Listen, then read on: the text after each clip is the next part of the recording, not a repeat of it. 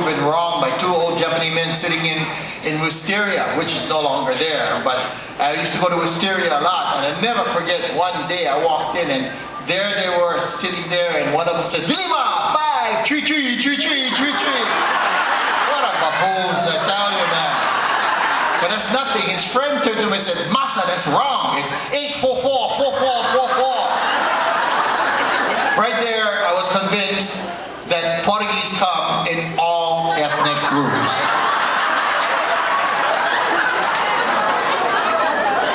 Anyway, so this quilt I threw over my shoulders, I tied it with a belt, I got clothespins to close the sleeves and make long kimono sleeve, and I got an ochi, made a headband, got my mom's lipstick, made a red dot, got my dad's ukulele and glasses. I put the ukulele on the tip of my, the glasses on the tip of my nose, and the ukulele in my hand. I plucked the string, what does this?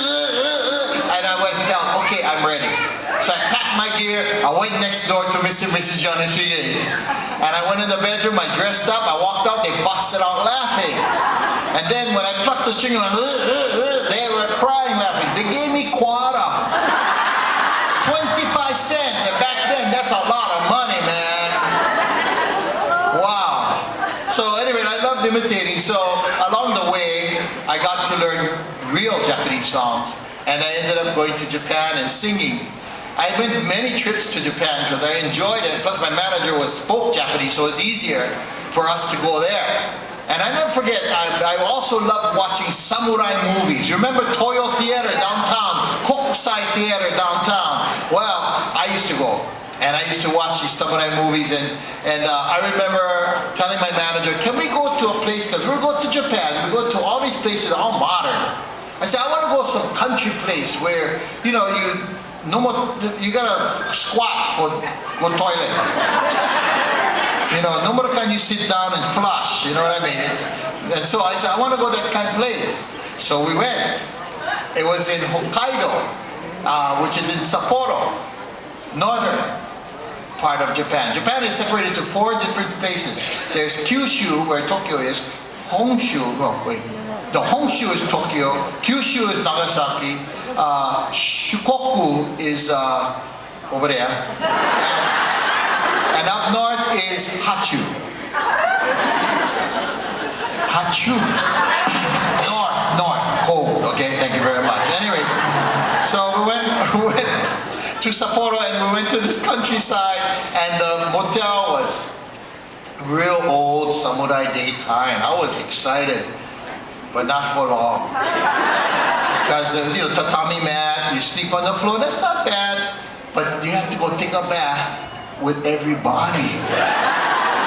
So I never liked, so I waited till 3 in the morning. I figured everybody's sleeping, and I went to the closet, I got out the yukata, or Japanese kimono, and I put it on, but it was made for them, okay? I'm a big guy, and I put them on, only went to here, down there was open, up there was open, and the sleeve was under my armpit. And then I put the slipper on, and it was only fitting my big toe. So I'm over there dragging the slipper, trying to hold the tooth over here like this, going to the lobby, everything was fine, the person behind the front desk was sleeping. I said, oh good, nobody around. So I take off my robe, go into the bathhouse, has a big hot tub in the middle, from the hot springs underneath, yeah? And then I looked around for shower heads, no more. Water faucets along the walls, 16 of them, with a little stool this big and the legs only this big, okay? And a little tub this big, a bowl, and a little cloth this big. I thought I was in Lilliput. Anyway, so I sat down on the stool and started to dip dab, dip dab, dip dab. That's all I could do, the cloth was so small. And just my luck, when an old Japanese man comes in, I forgot senior citizens get up early all over the world. 3 o'clock in the morning, this bugger come in and get 16 water faucets. He sits right next to me. So I'm over there dipping and dabbing. He gets the same size cloth and he's going like this. And I said, holy Moses. So I just keep doing my thing. Well, he's finished and I'm still working on the top half of my body. I thought he left. But then I heard giggling. He had gone in the hot tub and he was, I guess in the lower level, his eyes were perfect with my okole. And I guess he saw this big thing hanging around like a hippopotamus on a spool. It must have looked hilarious. Well, it was time for me to wash over there and I never liked him seeing. So I leaned back to watch from the front. The back two legs of the stool broke. I went packed right on my back. Oh man! But as Portuguese are proud people, I stood up like nothing happened. I went and got 2 stools, 1 for each cheek, and sat back down. Then it was my turn to go in the hot tub. Now when he went into the hot tub, I didn't hear any noise. When I went in, half the water went out, and he actually lifted up like a buoy, and he's going back and forth. He was crawling out of there, laughing so hard.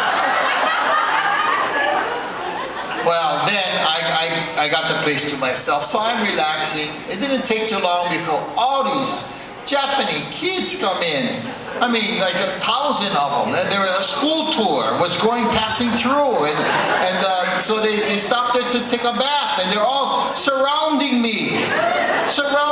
You know, like you go to the pasture nighttime and no cows are around, and you set up your tent, and in the morning they're all looking at you like that. Well, that's what it looked like. And then one fat kid, he pointed to me and said, "Yakibuta, yakibuta."